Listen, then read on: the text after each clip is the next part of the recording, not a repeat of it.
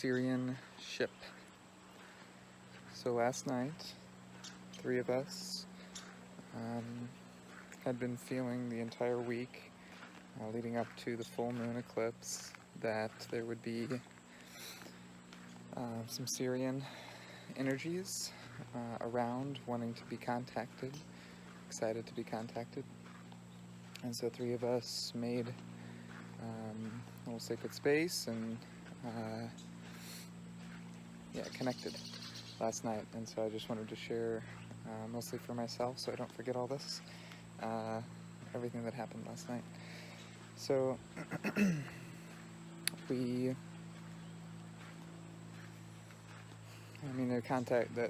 communication just kind of started I would say several days ago, basically, where we were reminding ourselves through them that this was the time, Friday was the day, they're going to have a ship here if we want to get on the ship, we're welcome to, there's going to be some upgrades. That was the information that was coming earlier in the week, was this upgrade thing, upgrade idea. And I'll just say we and not delineate who's who, but we made contacts, started interfacing and having dialogue, and last night, and feeling the ship in a medium range way, interdimensionally, and pretty quickly just, we were getting attuned, and them asking if we want to get on the ship, us indicating yes individually, and us getting on the ship. But last night was very much about being in our physical bodies. So it was not just about this projection of ourselves on the ship. They were very interested in us staying more grounded than even, than we're used to or than we're accustomed to. Not just an astral travel. This is very much bilocation that they wanted for us, wanted with us, and we wanted it too. Obviously it was resonating, and some of the reasoning that came through for me was that it was just very much about bringing that vibration in, bringing it in really strongly, and so needing to be grounded to do that, needing to be physical to do that. It's not so much that we were leaving our physical vessels as much as we were having two experiences at once. So that was a real important thing that they wanted to get across. And so then two of the three of us, including myself, the time, what happened first and when, I don't remember everything, but then there was a semblance of they're in the physical space as well. And so they're here, and they're wanting to kind of level up the contact experience. And so for the other person who's experiencing this, she was very much experiencing kind of the full body vibratory, them coming into her field, and her adjusting her vibration to the field. And that was, the upgrade for her was being in the presence of high vibrational being, was challenging the nervous system and speeding things up, basically. And so they were gently kind of easing themselves into this person's field, and that happened for a while, and so we were holding space for that.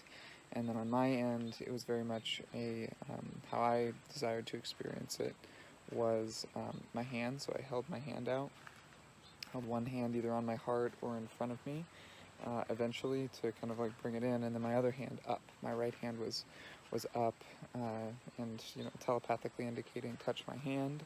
I'm here to touch my hand. And the best sensation, the best image I have to describe it that popped in was the image from Interstellar, where Anne Hathaway is puts her hand out there, and it shifts dimensions and becomes liquid and wave-like. And she says, that's first contact, or whatever. That was basically the feeling that I had. Not that I'm saying this was first contact, this has happened millions of times. But that was the feeling. It was like very much like my hand started to feel like it was not, solid. It was more wave. It was more wave and less particle, basically.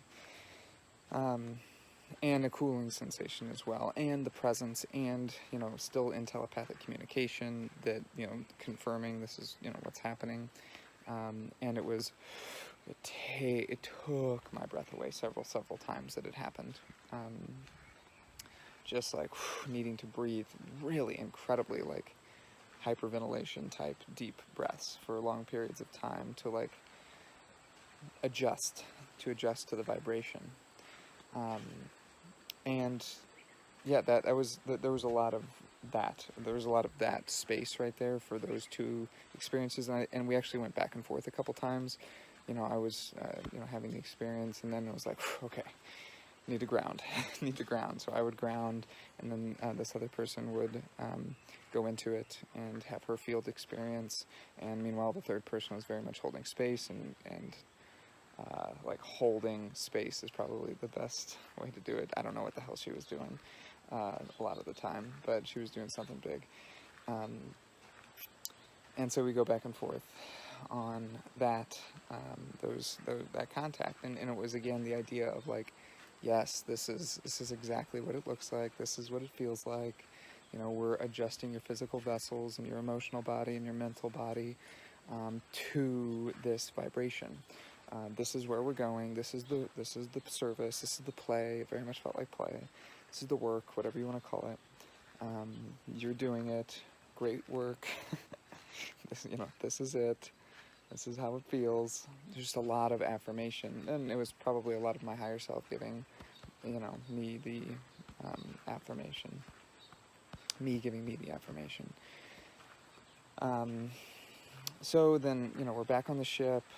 Again, timelines are different, but we're back on the ship. We're starting to feel into our bodies there. It feels very familiar.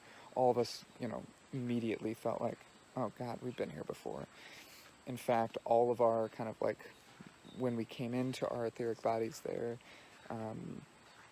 it was like super casual. It wasn't like, welcome to the ship, let us show you around. It was like, boom, we're there, and it's like, oh, we've been here. What was all the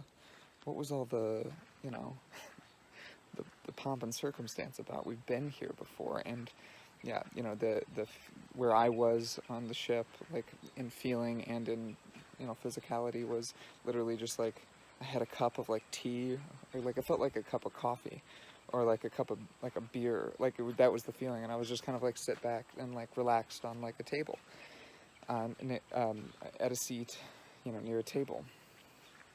And then the other two people were having conversations with other people on the ship, Sirians on the ship. And so, yeah, it was just like, boom, we were there. And then this commander came out, and he was like, basically like, let's, we're going to go. And so what I got in at that point was like, we're going to go to we're going to like take the ship away from your physical body. So again, it was the idea that we were just projecting ourselves up into the ship that was, half a mile away from us. But now we're going to like go far away in the ship. And we've done, I think each of us had done like astral projection, to far away places, but there was something that was different about being on a ship and doing it all together. So they very much brought us back to our bodies, ground, because you're not leaving. You are bilocating. I don't have a better word, but like this is about having the experience from the perspective of Earth, of your Earth experience, and then bringing it back to the Earth experience. That's what the whole fucking thing is ground that shit. And so grounding and then back up and then boof, going through the stars. We were all very quiet for a little bit, and then we were there, and we were starting to like phase into what was happening there. And I perceived two beings that kind of jumped onto the ship from this planet. Another person that was there perceived one, and another person perceived three. So unimportant. Obviously, it was a consciousness from this planet. We all have the same feelings. We're all in this room. We're all having different conversations at the same time, and kind of phasing in and out of the conversations that the other people were having. And so, my conversation, they were showing me the rocks. They were giving me visuals of, on their planet, the rocks, a couple different things. But first it started out with, like, check out these rocks. It's like, now it's kind of like feeling into the rocks. They were very hard, just like hard, but extremely light. It was almost like the feeling of like plaster. It's almost like you paste it on and it turns hard. It's kind of what it felt like. They could be molded, whether that was with technology or what, I don't know. It seemed that it was just like a chemical,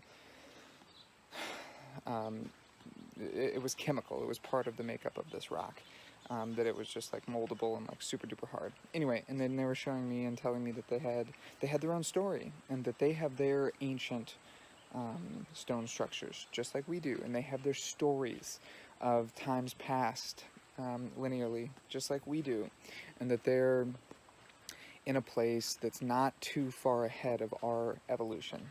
And it was clicking why the Sirians took us here at this point, which I don't know where it is or who these people were.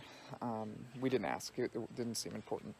But it was that, they were a few hundred years to a few thousand years ahead of us, and not far away, not far away from our evolution. And they were showing us, yes, we have this time of duality, and that's behind us. They were showing, we have our stories, we have our history. And they were in a place of what I was feeling was they were mourning was the word, the loss of duality, as if they were mourning the loss of a great teacher that they had. And so they really wanted me to feel this, like, even right now, it's like activating those feelings again right now. Mourning the loss of a great teacher, of like a great teacher, a great friend type of feeling. And that they were in a place evolutionarily where they seem to be like moving past the mourning stage, but they're just like at like whatever the stages of grief are, there's mourning. They were like in that stage, but like on the way out. Duality there were still remnants of duality, because they're still like have attachments to it energetically, but just like little, they're showing me just little specks that are still there and still have, still come up. But like basically the whole idea is like, yeah, it's that time has passed. That time has passed for us. And so they wanted me to feel that. And I believe that the purpose of me feeling that was to bring that energy in. It's just like, it's just like when you're trying to manifest anything. You feel the feeling as if you've already manifested. Well, if we want to feel the feeling of having already moved past duality into unity, what's the feeling? And bliss and joy and living in your highest excitement and love and connection. Yes, of course, like yes, but mourning, like let's move through the stages of grief. It was kind of like the feeling of the reasoning for the message, which was, let's be mature about this. It's not just like done with duality. It's done. I'm finished with it. Fuck that shit. Fuck duality. Well, no, like gratitude, honor, reverence, and like a laying down, a ceremonial like goodbye. Otherwise it's not going to go anywhere. It's not going to feel honored. That part of us is not going to feel honored. So that was the feeling for me. Another person had an experience of getting got a crystal gifted to them. And they were also, as that was happening, they were telling me the story. I'm just going to tell my perspective. I don't know what everything everybody else experienced. But as another person was narrating their experience, and I was kind of viewing it. They were getting a crystal gift, and what they were telling me was, when they were showing me crystals on their planet that looked very similar to ours. They looked like quartz, or like smoky quartz, and they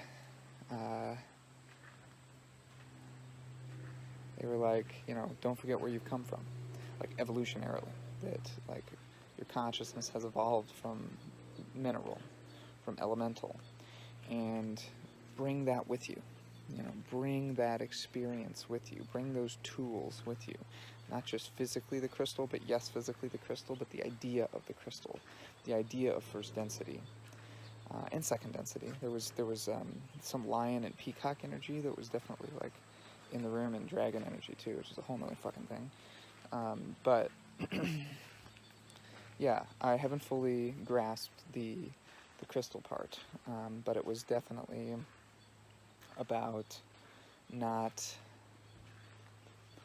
forgetting your ancestors, not forgetting your lineage, not forgetting things that you perceive yourself to be above or beyond or expanded from. And they were just like, yeah, we like crystals, crystals everywhere, crystals, like crystalline structures. And they were just very much like reminding us not, the words are hard to describe. It's not just about using the tool of the crystal, it's about becoming the idea of the crystal. Actually becoming crystalline, which means taking on some of the properties of what we perceive to be crystals. So that was some of that as well. They were talking, that was basically like our ascension process, which they didn't use that word one time. We didn't use that word one time. So, like, I'm kind of like going to challenge myself not to use that fucking word anymore. Yeah. And so there were some dragons in the room. There's one white dragon that the third person was perceiving, and then we all started perceiving. That was most of it, I think. There's a lot of really great, lessons. Really great lessons. So I think I shared most of them. Okay, that was it.